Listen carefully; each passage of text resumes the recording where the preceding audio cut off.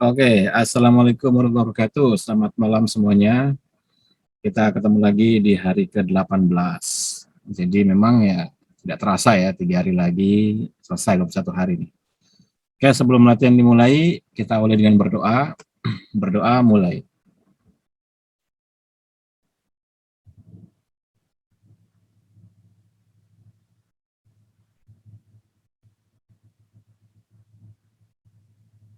Berdoa selesai. Alhamdulillah. Amin. Ya. Jadi selalu diingatkan tidak bosan bahwa tujuan latihan 21 hari ini selain dari kita program untuk menurunkan inflamasi, juga yang utama adalah membangun neuroplasticity atau pembentukan kebiasaan baru pada otak jaringan saraf kita. Harapannya adalah ketika neuroplasticity sudah kebentuk dan kuat, dia akan menjadi support system kita yang akan membantu kita dikala sulit, sehingga kita punya rekaman memori mengenai olah napas, mengenai apapun aktivitas yang dilakukan setiap harinya. Maka tantangan terbesar dari program 21 hari adalah konsistensi atau istiqomah. Konsistensi inilah yang kemudian menghasilkan perubahan. Tekniknya, karena kita sudah share audionya, mungkin peserta yang lama juga sudah tahu begitu ya, ya mungkin akan cukup membosankan lah begitu. Kesannya begitu ya, karena sudah tahu materi, yang sudah tahu ya sudah tahu lah materinya gampang kan gitu. Padahal tujuannya bukan itu. Beritahuan materi itu jelas karena itu sebagai teknik yang harus dipelajari. Tetapi neuroplasticity ini kata kunci utamanya, support system ini yang kita mau bangun sebenarnya pada diri kita sendiri. Jadi kalau kita merasa sudah tahu di hari itu jam 8 kita ada aktivitas, misalnya keperluan keluarga atau keperluan pekerjaan, ataupun lagi males latihan malam, misalnya pengen nonton film, misalnya gitu, drakor atau donghua, semacam-macam lah. Ya kita harus ngerti bahwa kita harus ganti pada jam yang berbeda. Mungkin sorenya latihan dulu, atau nanti sebelum tidur latihan lagi. Silakan dicari jam yang memang bisa dilakukan pada saat itu, di hari yang sama itu. Karena tujuannya adalah supaya di hari yang sama itu otaknya dikasih tahu bahwa oke, hari ini tetap latihan. Meski jamnya berbeda, tapi harinya masih sama, dia tetap latihan. Nanti besok gitu lagi. Manajemen waktunya kita yang melakukan, peserta yang melakukan. Karena tekniknya sudah tahu, audionya sudah tahu, maka lakukan itu di jam-jam pada hari di mana belum berakhir saat itu gitu. Sehingga otak kita dikasih tahu terus-menerus, oke, ada latihan, every single day seperti itu. Jadi kalau misalnya pun nggak ikut latihan yang jam 8, nggak masalah, tapi harus sadar sendiri bahwa saya harus melakukan di jam yang berbeda. Baik itu sebelum jam 8 atau setelah jam 8. Setelah sesi malam ini maksudnya. Jadi misalnya sebelum tidur, latihan sendiri. Misalnya datang ke rumah jam berapa? Jam 10. Ngantuk mas, itu konsekuensi. Itu kan konsekuensi dari kita tidak berada pada jam itu. Kalau diprediksi misalnya kita nyampainya jam 11 malam, tapi sorenya kosong misalnya, ya udah dari sorenya kita sudah latihan dulu begitu. Jadi kita yang ngatur supaya otak kita dikasih tahu nantinya bahwa oke, tetap latihan. Oke, tetap latihan terus begitu. Jadi neuroplastisitnya tetap terbentuk, Nah, yang kadang-kadang sering ditangkap oleh teman-teman ini adalah kekeliruan seakan-akan bahwa ini hanya sebatas pemberian materi begitu. Oh, sudah tahu 55, 33, 24, limfatik, latihan S begitu. Padahal bukan itu tujuannya. Adaptasi progresif pada setiap kenaikan intermittent stress yang manageable. Gitu. Jadi tahan napasnya sekian detik, kemudian nanti ada tambahan limfatik yang sebelumnya nggak ada, kemudian ada tambahan S yang sebelumnya nggak ada, begitu. Jadi itu yang sebenarnya kita mau ajari bahwa kalau kita sudah terbiasa otak kita dikenalkan dengan intermittent stress yang progresif, dan kita selalu menjadi pemenang di situ, dalam arti sesuai dengan targetnya, kalau 90 detik ya kuat kita 90 detik, atau mendekati, S-nya 2-3 menit ya kuat 2-3 menit, atau mendekati begitu, maka otak kita ini akan selalu bersifat progresif terhadap semua perubahan stres yang mungkin unpredictable di kehidupan nyata kita begitu. Jadi harapannya nanti begitu harapannya. Sehingga nanti apapun situasi stres yang mengancam kita di kehidupan nyata, otak kita langsung beradaptasi. Karena otak manusia itu kecepatannya sangat tinggi dalam membentuk pola adaptasi.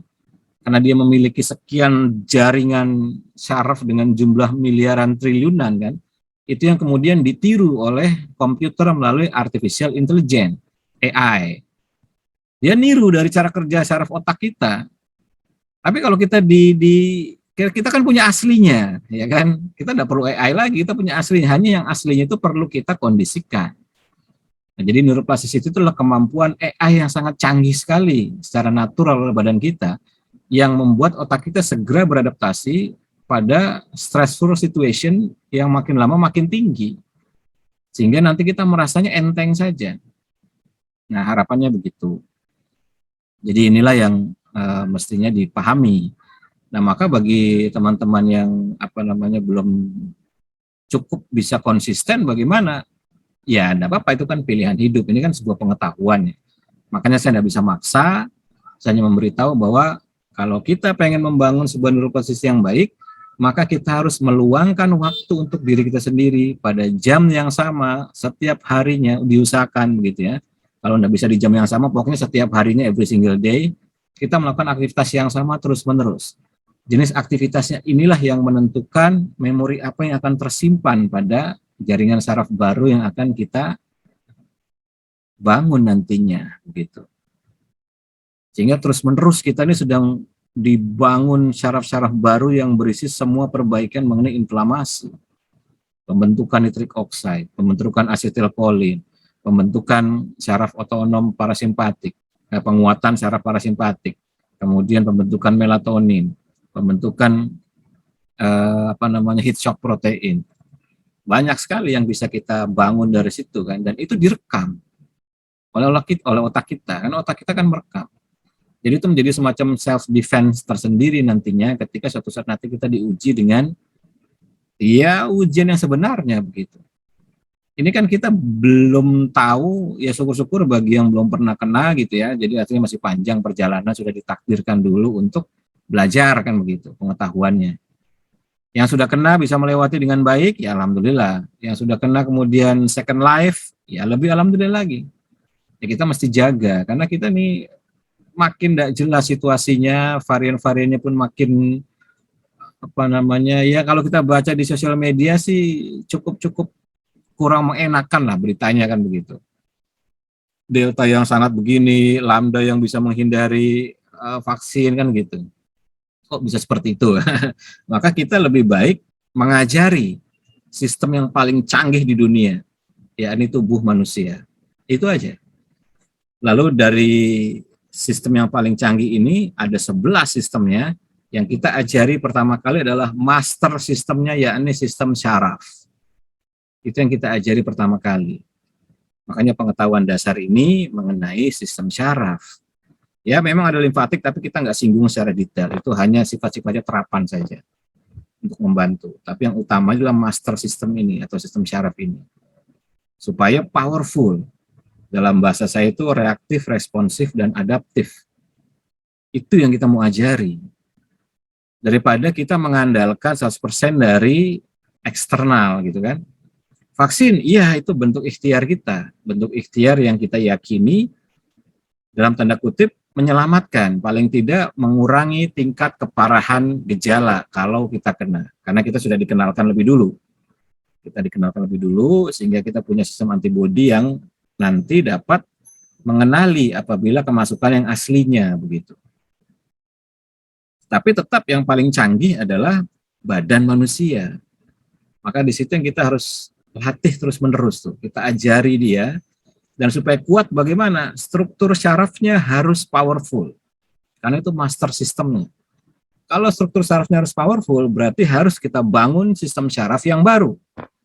Loh memangnya bisa kita membangun sistem syaraf yang baru? Bisa, neuroplasticity itulah jawabannya begitu.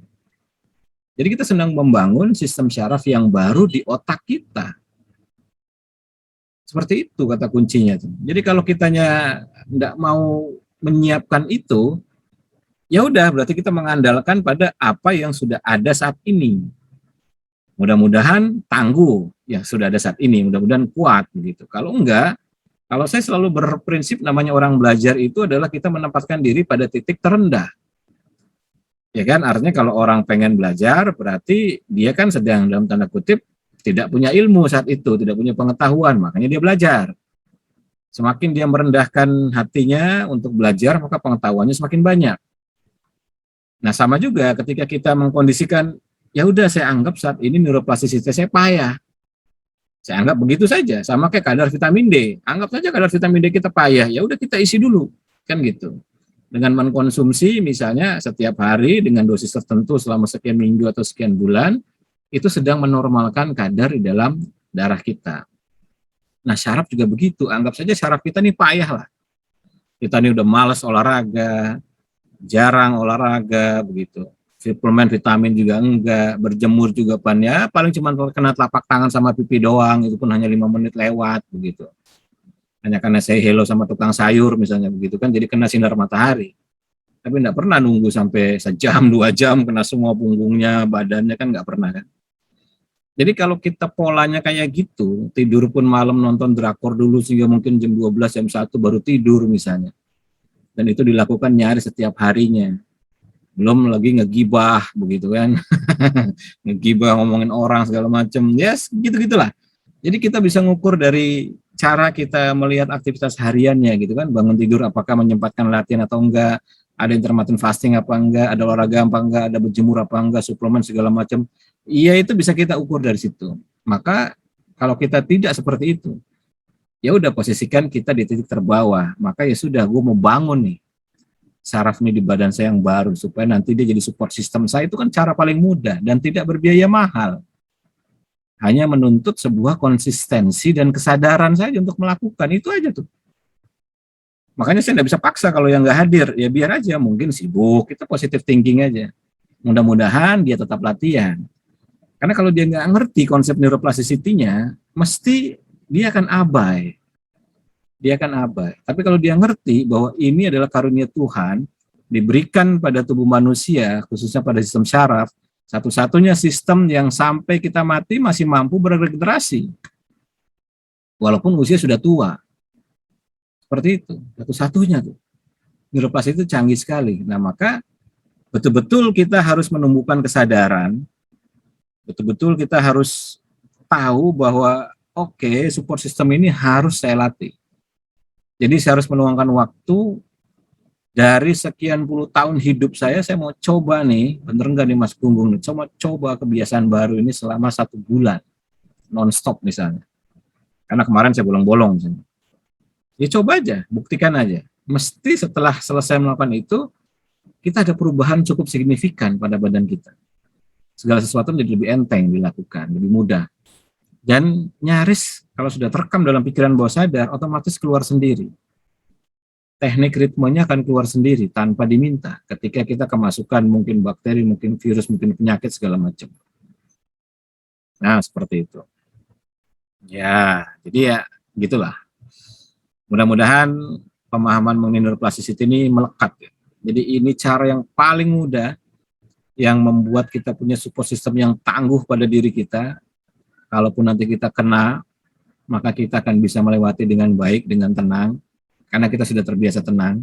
Kalaupun nanti ada stres dari luar, kita sudah biasa menghadapi stres setiap kali latihan, gitu kan. Kalau nanti cuacanya berubah, misalnya pancaroba, gitu kan, orang pancaroba biasanya flu pilek, kita sudah biasa latihan pakai es, jadi temperatur tinggi pun tidak ada masalah, temperatur rendah pun juga tidak ada masalah, karena sudah terbiasa. Nah, yang gitu-gitu kan jadi support system. Sehingga kita bisa lewati dengan baik tanpa harus ada yang dirubah pada diri kita. Karena semua berjalan secara otomatis di belakang layar. Kita sudah terbiasa tiap malam pakai temperatur dingin.